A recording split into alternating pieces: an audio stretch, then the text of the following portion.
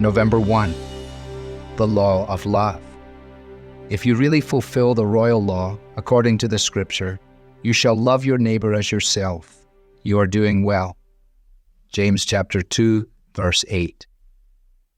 The last time you said you loved someone or something, what did you mean? In our age, we often equate love with a certain emotional experience.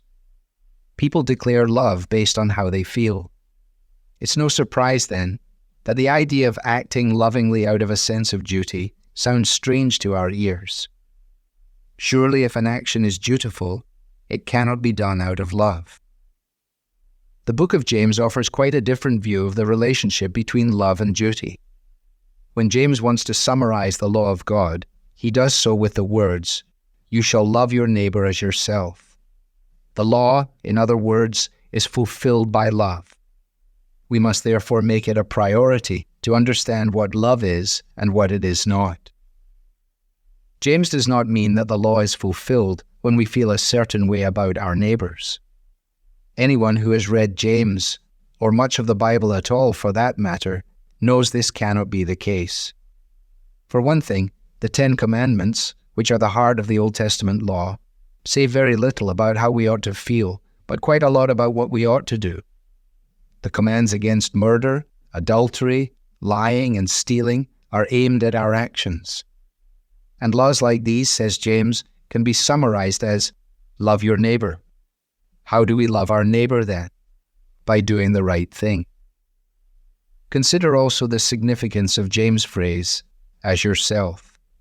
How often do any of us feel really great about ourselves and find ourselves truly and wholly lovely?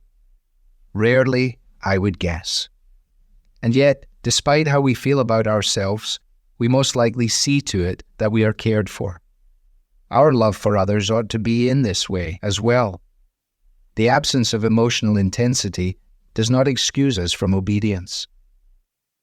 This does not mean that the right response is to be content with a cold heart, as long as we are gritting our teeth and doing the right thing. We should want our affections toward others to match our actions, and we ought to pray toward that end. But we should also understand the role our emotions play in our love. Emotions make a great servant, but a poor master.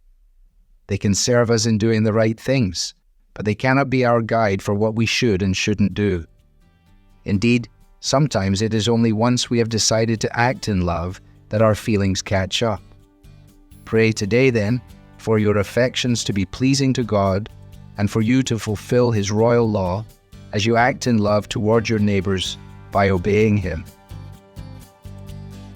Devotional material is taken from the Truth for Life Daily Devotional, copyright Alistair Begg.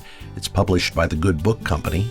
This reading was digitally created by Truth for Life and is used with permission.